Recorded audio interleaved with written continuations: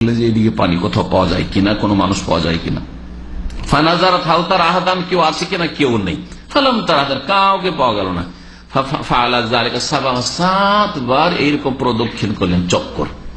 সাফা থেকে মারওয়া এক চক্কর, মারওয়া থেকে সাফা দ্বিতীয় চক্কর, আবার সাফা থেকে মারওয়া তৃতীয়। এই করে শুরু থেকে সাফা থেকে, আর শেষ হবে কোথায়? মারওয়া থেকে। ভালো করে শুনে রাখেন, ভালো করে শুনে রাখেন, কারণ অনেকে আজকাল হজে যায়, ওমরা যায়, 7 দুগুণে 14 করে আসে। হ্যাঁ, সাফা থেকে মারওয়া, মারওয়া থেকে সাফা এসে একটা ধরে। এতে যে ভাই বলছেন একবার করেছি, এরকম অনেকে করেছেন, অনেকে করেছেন, বোঝা গেছে। তো এখানে ধরে রাখবেন যে শুরু হবে সাফায় আর শেষ হবে মারওয়ায়। আর যদি আপনি যাওয়া আসাকে একটা ধরেন, তাহলে শুরু হবে সাফাই আর শেষ হবে সাফায়, শেষ হবে। তাহলে এই 14টা চক্কর লাগালে আপনার সাই হবে না, সাই হবে, কারণ নবী করিম সাল্লাল্লাহু আলাইহি ওয়াসাল্লামের তরিকায় নয়, আর এটা হাজার আলাইহিস সালামেরও আদর্শ নয়, তরিকায় নয়। জি, যেটাকে রাখা হয়। আব্দুল্লাহ বিন আব্বাস রাদিয়াল্লাহু তাআলা আনহু বলছেন, বর্ণনাকারী যে নবী সাল্লাল্লাহু আলাইহি ওয়াসাল্লাম এই সময় বলেছেন, এই ঘটনা উল্লেখ করতে গিয়ে, ফালিযালিকা সা'আন-নাসু বাইনাহুমা, সাফা মারওয়ার মাঝখানে লোকেরা হজে এবং ওমরাতে এই কারণে সাই করে থাকে, যেহেতু হাজার আলাইহিস সালাম করেছিলেন, আল্লাহ পাক রব্বুল আলামিন এই ঘটনাকে, এই দৃশ্যকে খুব পছন্দ করেছিলেন, এটি ছিল তাদের জন্য পরীক্ষা। সুতরাং এটাকে কিয়ামত পর্যন্ত সাই হিসাবে রেখে দেওয়া হয়েছে হজে এবং ওমরায়। আর সঠিক মতে সাফা মারওয়া সাই হচ্ছে রুকুন, ফরজ। যদি কেউ ছেড়ে দিয়ে চলে আসে হজে অথবা ওমরায়, তাহলে সেটা ওমরা অথবা হজ হবে না, হবেই না। যদিও আরেকটি কোন কোন আলেমদের মত যে এটা হচ্ছে ওয়াজিব, যেটা দম দিয়ে ঘাটতি পূরণ হবে, কিন্তু এই মতের চাইতে যে মতটি বললাম, যেটা রুকুন ফরজ, আর ছেড়ে দিলে সে তার দম দিয়ে, কোরবানি দিয়ে তার ঘাটতি পূরণ হবে না। ফালামা আশরাফাত আলাল মারওয়া সামিআত সাওতান, 7 চক্কর পুরা হওয়ার পরে মারওয়ায় যখন চড়েছেন, একটু আওয়াজ ফেলেছেন, আওয়াজ পাওয়া গেল, তার মানে কোনো মানুষজন আছে হয়তো। ফাকালাত সাহ, বলে একটু চুপ করে শুনি, একটু এরকম যদি আওয়াজ পাওয়া যায় তাহলে মানুষ মনোযোগ সহকারে শোনার চেষ্টা করে। আওয়াজ পাচ্ছি, কিন্তু কোথা থেকে আওয়াজ আসছে? নিজেকে বলছেন যে দেখি কোথেকে আওয়াজ আসছে। সুম্মা তাসাম্মাত, একটু চেষ্টা করে, ফাসামিআত, আবার শুনছেন যে আওয়াজ আসছে, তাহলে লোকজন দেখতে পান আওয়াজ আসছে।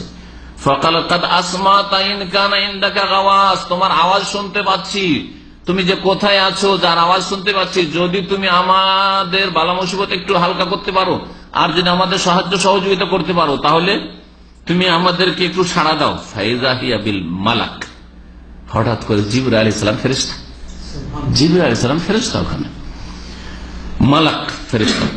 ইনদা মওদে জামজাম, ওই জমজম কূপ যেখানে হয়েছে ওইখানে জিবরাইল আলাইহিস সালাম এসে হাজির আল্লাহ পাকের হুকুমে।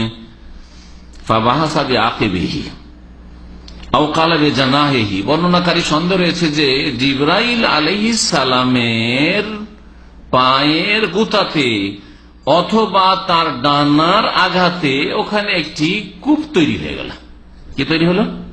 খুব পানি, পানি বের হতে শুরু, পাহাড়ি এলাকা, পানি বের হতে শুরু হলো। এটা হচ্ছে একটি মত।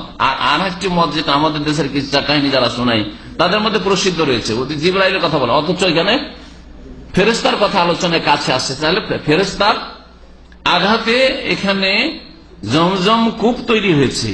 কিন্তু আরেকটি ব্যাখ্যা হচ্ছে, সেটাও কেউ কেউ করেছেন, আল্লাহ জানে দুটোর মধ্যে কোনটা ঠিক। ব্যাখ্যা হচ্ছে যে ইসমাইল আলাইহিস সালাম যে শুয়ে ছোট ছেলে পায়ের গুতা দিয়েছেন, ওই পায়ের গুতাতে কি তৈরি হয়ে গেছে?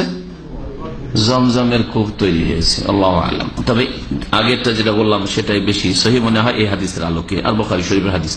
ফাজাআলাত তুহাওয়াজু, তাড়াতাড়ি দেখছেন যে ওখানে পানি, যখন পানি বহে চলে যাচ্ছে, ভয় পাচ্ছেন যে পানি উঠতে শুরু হয়েছে, পানি ছাড়া তো আমি মরছিলাম আর আমার ছেলেও মরছে, তো তাড়াতাড়ি পানিটা ধরে রাখি, না তো যাবে, শুকিয়ে যাবে পানি। পানিকে ঘেরতে শুরু করেছেন, হাউজ, হাউজ বানাতে, মানে চারিদিক থেকে পানিটাকে ঘেরতে শুরু করেছেন। তারপরে তাড়াতাড়ি করে পানি উঠে মশকে ভরা শুরু করেছেন, মশকে ভরি, পানি কি সুরক্ষিত করি। নিয়ে যাচ্ছে আর পানি ঝর্ণার মতো একবারে বের হচ্ছে, বড়ই জোরদার অবস্থায়। অফিরে বেকাদরে মাথা, যতটা ওঠাচ্ছেন ততটা তারও বেশি বেরিয়ে আসছে পানি, পানির অভাব নেই। আব্দুল্লাহ বিন আব্বাস রাদিয়াল্লাহু আনহু বলছেন, যে কালান নবী, এই সময় ঘটনা বর্ণনা করতে গিয়ে নবী করিম সাল্লাল্লাহু আলাইহি ওয়াসাল্লাম বলছেন, রাহিমাল্লাহু উম্মা ইসমাইল, ইসমাইলের মায়ের উপর আল্লাহ রহম করুন। নবী সাল্লাল্লাহু আলাইহি ওয়াসাল্লাম দোয়া দিচ্ছেন, রাহিমাল্লাহু উম্মা ইসমাইল, ইসমাইলের মা হাজারের উপর আল্লাহ পাক রহম করুন। লাউ তারাকাত জমজম, সে যদি জমজমটাকে এরকম করে না ঘেরতো ভয়ে যে পানি শেষ হয়ে যাবে, পানি বহে এদিক ওদিক চলে যাবে, যদি ঘেরে না দিতেন তিনি, পানি উঠিয়ে মশকে এরকম করে না ভরতেন আর ঘেরে না দিতেন, লাকানাত জমজমা আইনান মাইনান, তাহলে এই জমজম কূপটি একটি মিষ্টি পানির ঝর্ণায় পরিণত হইত। ঝর্ণাই আইন, ঝর্ণাকে বলা হয় যে পানি বইতে আছে, পানি বইতে আছে, নতুন নতুন পানি আসতে আছে, বইতে আছে। জমজম কূপ কোন কূপ না, কুয়া না, বরং জমজম কূপের তলায় বিশাল ঝর্ণা রয়েছে, বিশাল ঝর্ণা রয়েছে। আর 1400 বছরের ইতিহাসে এরকম অনেক ঘটনা বর্ণনা করা হয়েছে। এখন তো না, জায়গাটা ঘিরে দেওয়া হয়েছে, কিন্তু এমন সময় ছিল যে খোলা জায়গায় কূপ ছিল, অনেক মানুষ পড়ে গেছে, মানুষ পড়ে গেলে আর খুঁজে পাওয়া যায়নি, কোথায় চলে গেছে, বহে চলে গেছে। তার মানে প্রবাহিত পানি, যেটা বীরে জমজম হয়ে গেছে, কিন্তু এটা বীর না, বীর মানে হচ্ছে কুয়া। হ্যাঁ, এটা কুয়া না, এটা হচ্ছে ঝর্ণা। এই হচ্ছে নবী করিম সাল্লাল্লাহু আলাইহি ওয়াসাল্লামের হাদিস। তারপরে বলছেন ফাশারিবাত, নিজে পানি পান করলেন, ওয়ারদাত ওয়ালাদাহা, দুধ আসা শুরু হলো, ছেলেকে দুধ পান করেছেন। ফাকাল আলাল মালাক, ফেরেশতা বলছেন লা তাখাফু দাইআ, চিন্তা করিও না যে ধ্বংস হয়ে যাবে তুমি, চিন্তা করিও না যে সর্বনাশ হবে তোমাদের। ফাইন্নাহা হুনা বাইতান লিল্লাহ, এই জায়গায় আল্লাহর একটি ঘর আছে। জিবরাইল আলাইহিস সালাম বলছেন হাজার কি, হাজার তো আর তার কাছে ওহী আসে না।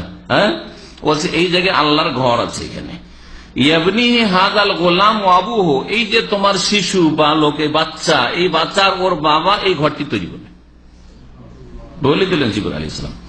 ওয়া ইন্নাল্লাহা লা ইউদাইয়ু আহলাহু, আর যারা এই ঘরের আশেপাশে বসবাস করে তাদেরকে আল্লাহ পাক ধ্বংস করবেন না, তারা ধ্বংস হবে না, তাদের কোনো ক্ষয়ক্ষতি হবে না। ওয়া কানাল বাইতু মুরতাফিআন মিনাল আরদি কারাবিয়া, ওই ঘরের নিশানাটি যে বাইতুল্লাহ ছিল প্রাচীন যুগে, ওই জায়গাটি একটু উঁচু হয়েছিল টিলার মতো, টিলার মতো উঁচু জায়গা। তাতিহি সয়ুল, ওখানে যখন বন্যা আসতো, ফাতাখুযু আন ইয়ামিনিহি ওয়া শিমালিহি, বন্যা আসলে বোঝা যেত যে পানি ওখানে এদিকে চলে যাচ্ছে, ওইদিকে চলে যাচ্ছে, একটু উঁচা হয়ে আছে জায়গাটা। কোন একটা ঘরের জায়গাটা ভিটে মাটি উঁচা হয়ে থাকে,